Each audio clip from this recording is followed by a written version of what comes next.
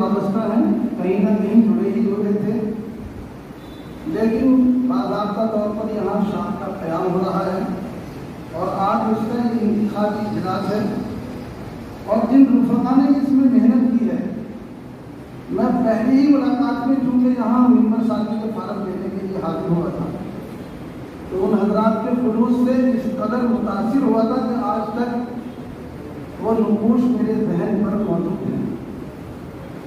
جمعیت چونکہ پروگرام مختصر ہے، اس لیے 2-3 باتیں ہی عرض کرتی اور پھر حضرت صدر محترم دعاؤں کے بعد کا اختتام فرمائیں گے۔ یہ آپ حضرات کی میں اس کو سعادت سے تعبیر کروں گا اور خوش قسمتی کی بات ہے کہ شاد قیام کے وقت یہاں ضلع جمعیت کے صدر محترم بنفس نفیس خود تشریف فرما ہے، حضرت مفتی اویس اکرم صاحب کا